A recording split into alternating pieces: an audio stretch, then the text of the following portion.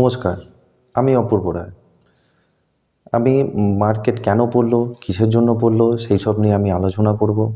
তার আগে আমি বলে নিই, আগের ভিডিওতে যে রেজিস্ট্যান্সের কথা বলা হয়েছিল সেই রেজিস্ট্যান্স আমি রেকটিফাই করছি। রেকটিফাই হবে হচ্ছে 25,200 থেকে 25,250।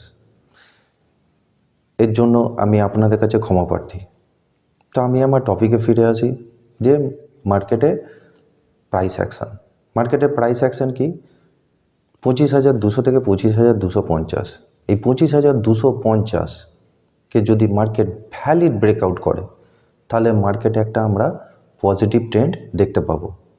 আর যদি দেখা যায় 25,050 বা 25,100 বা এখন মার্কেট যেখানে আছে, বৃহস্পতিবার যেখানে ক্লোজ দিয়েছে 24,548, এই জায়গা থেকে যদি মার্কেট নিচে চলে আসে, তারপরে যদি সাপোর্ট আছে, সেই সাপোর্টটা হচ্ছে 200 ডিমা যেটাকে বলা হয়, যেটা আছে হচ্ছে 23,770।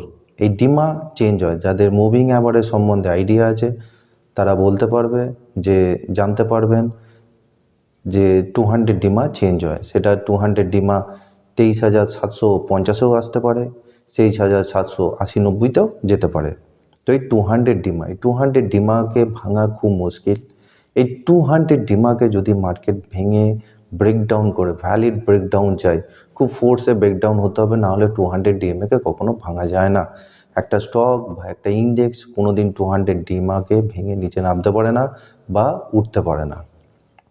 আগে যেখান থেকে মার্কেট, যেখানে এই কদিন আগে যেখানে লো করেছিল, সেই লো থেকে যেটা উঠলো সেটা হচ্ছে 200 ডিমার জায়গা ছিল।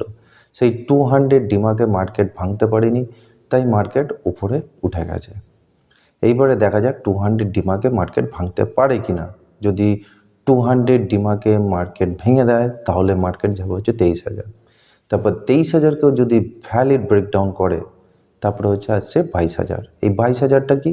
আমরা যদি 2020 যেখানে লো করেছিল, সেই লোয়ের জায়গা থেকে যদি আমরা ধরে একটা ট্রেন্ড লাইন টানি, সেই ট্রেন্ড লাইনটাকে দেখা যায় 22,000 আসছে। এই 22,000টাকে যদি ভেঙে নিচে নামিয়ে দেয় তাহলে আমরা জানবো যে মার্কেট ডাউন ট্রেন্ডে ঢুকে গেছে।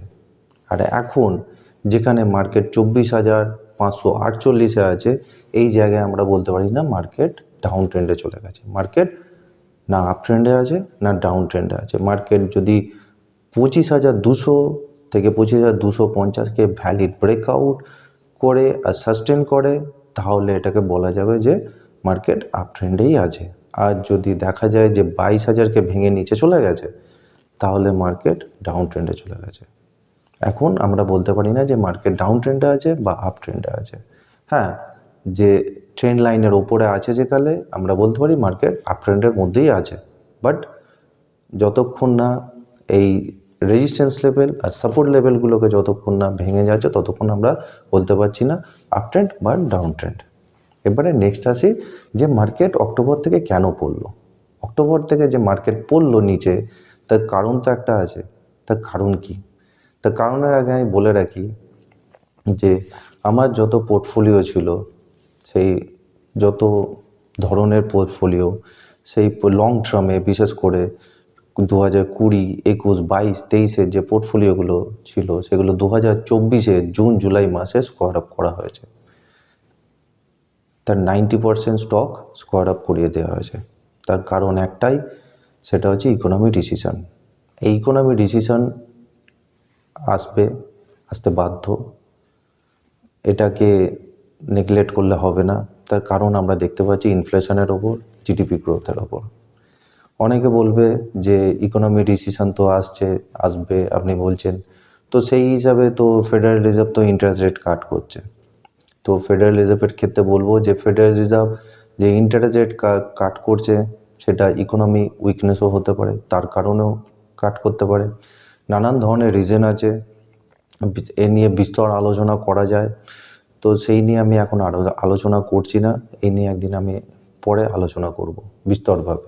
সেটা আমার অনেকটা টাইম নিয়ে আলোচনা করতে হবে। তো আমি চলে আসি স্টকের ক্ষেত্রে। স্টক যে চুজ করবেন, খুব বুঝে শুনে স্টক চুজ করুন। বুঝে শুনে স্টক চুজ করেই তবে এই মার্কেটে এখন ইনভেস্ট করুন। আপাতত আমি এটাই বলবো, সুস্থ থাকুন, ভালো থাকুন, আর ভালো করে ট্রেড করুন। নিচে আমার নাম্বার দেওয়া আছে, আমার সাথে যোগাযোগ করতে পারেন।